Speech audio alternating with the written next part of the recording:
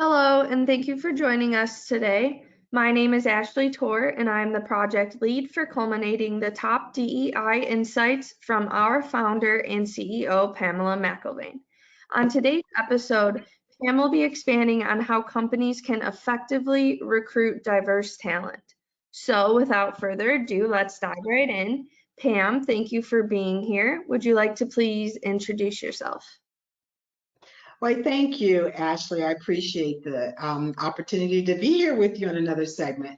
Of course, as Ashley mentioned, I'm Pam McIlvaine, the CEO of Diversity MBA Media, also the recent author of The Skinny on Diversity Recruiting, Best Practice Trends on Recruiting Strategies. Looking forward to this conversation today. Awesome, great. So the first question I have for you is what can companies do to ensure that they have a large pool of diverse talent to recruit from? Oh, that's a big one. Well, there's the notion of creating talent pools and organizations. We talked, I think, the last couple of weeks ago about where companies go to source talent. Well, one of the number one places organizations tend to go to outside of colleges are professional organizations for experienced hires. They typically will either go to ethnic or affinity-based organizations as well as their industry organizations. So for example, people have heard of the National Black MBA Association, Pro-Hispanic Ascend, the Asian Women MBAs, NSBE, the National Black Engineers, SHIP, Hispanic Society of Hispanic Engineers, women MBAs. I mean, it just goes on. And then organizations go specifically, if you're healthcare, if you're real estate, they'll go into the, for example, the Association of Black Nurses, of Hispanic nurses, of Asian nurses. So part of the sourcing pool is creating very targeted relationships so that you can expand and go after experienced hires. So that's one of the, it's actually the number one way organizations go after what we call experienced hires, people that have more than, at least 4 to 5 years or more years of experience in the workplace. Now, leveraging what they call targeted organizations for, identity, for example, veterans, persons with disabilities, LGBTQ IA plus non-binary communities. Organizations will do very, very targeted relationships and programming with those organizations as well. And I think, being intentional about what you hope to find within these organizations is, I think, very important. Now, what some organizations, some of the professional organizations, I'll tell you, Ashley, may think that, oh, we need to be diverse.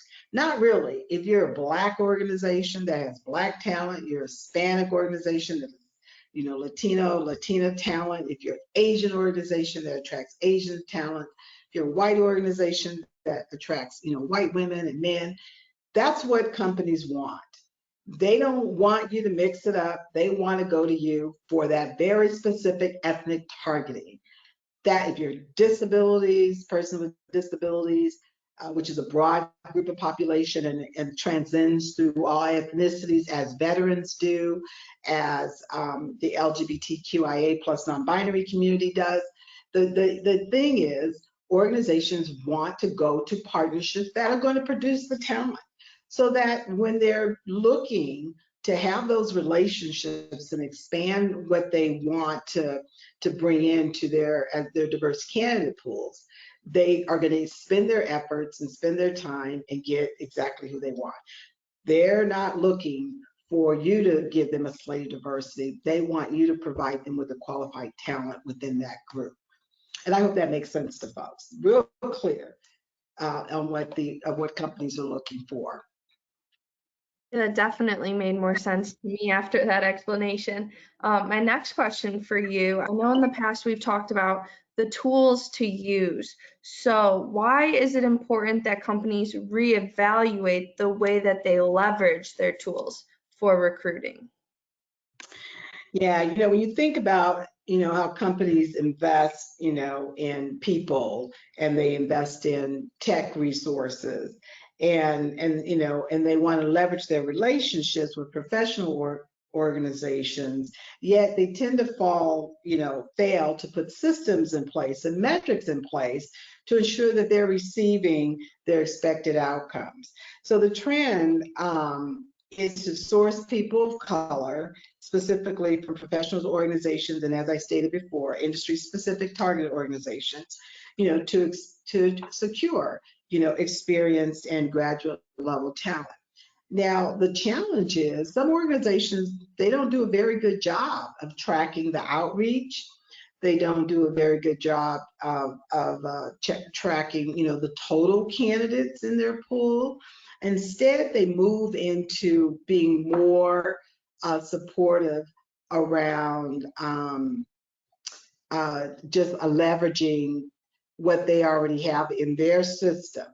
And so the challenge with that is if you don't ensure that you have a way within your system to track the outreach of the talent pools that you go to, if it's conferences, if it's career fairs, and you actually speak to 100 candidates, being able then to track the total number of candidates by ethnicity, by gender, and identity that you actually interview, and then those that you've actually offered to, and then those offers you made that they actually turned down. So you can be able to look at the effectiveness of how you are leveraging talent. And then I would ask, our partners that you're looking to get this talent from, what are the tools that you guys have in place that we can leverage?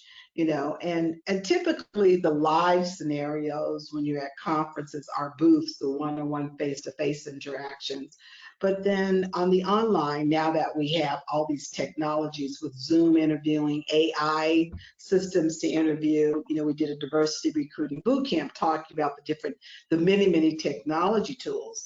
They're the paid ones, and then they're the non-paid ones. But the best ones are those that organizations where they've enhanced their own existing platforms. And so it's important. Why is it important? Because if you're partnering with these professional and industry-based organizations to increase your talent pool, they need to know, the metrics that you are up against, and to ensure that they provide you as many candidates as possible. And then perhaps they can help you feed in some of the tracking so that you can surely, include increase your outcomes. But if your local partners don't know, your metrics, if they don't know who you are trying to hire, the numbers, what your goals are, then they can't help you. So you have to be transparent. Part of the resource, and I know I'm talking metrics right now, because that's the biggest gap that I see that talent acquisition has. They tend to look at the metrics in terms of the requisitions and if they're filled or not, but you have to look at the outreach metric and what that pipeline looks like, so that your partners are really leveraging or that you're leveraging the real resources that your partner offers. So I'm not getting deeply into all the different technologies out there. I really want to say, look at the metrics of the technologies that you're using and make sure that you establish a KPI to track the outreach number, to track the offers number, to track the conversion numbers, and to then align with the requisitions and with your business unit partners. So that's how I feel. That's what I feel right now and believe what the talent acquisition needs to really focus on. Thank you. The last question I have for you focuses on those doing the recruiting.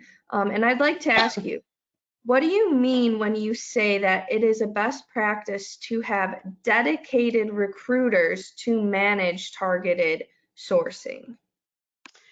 Yeah, so thank you for that. That's a really good question. So when we talk about organizations that really want to make an impact and understand how to be intentional We have this thing we call dedicated recruiters. So they actually will hire, typically, sometimes they're not just recruiters.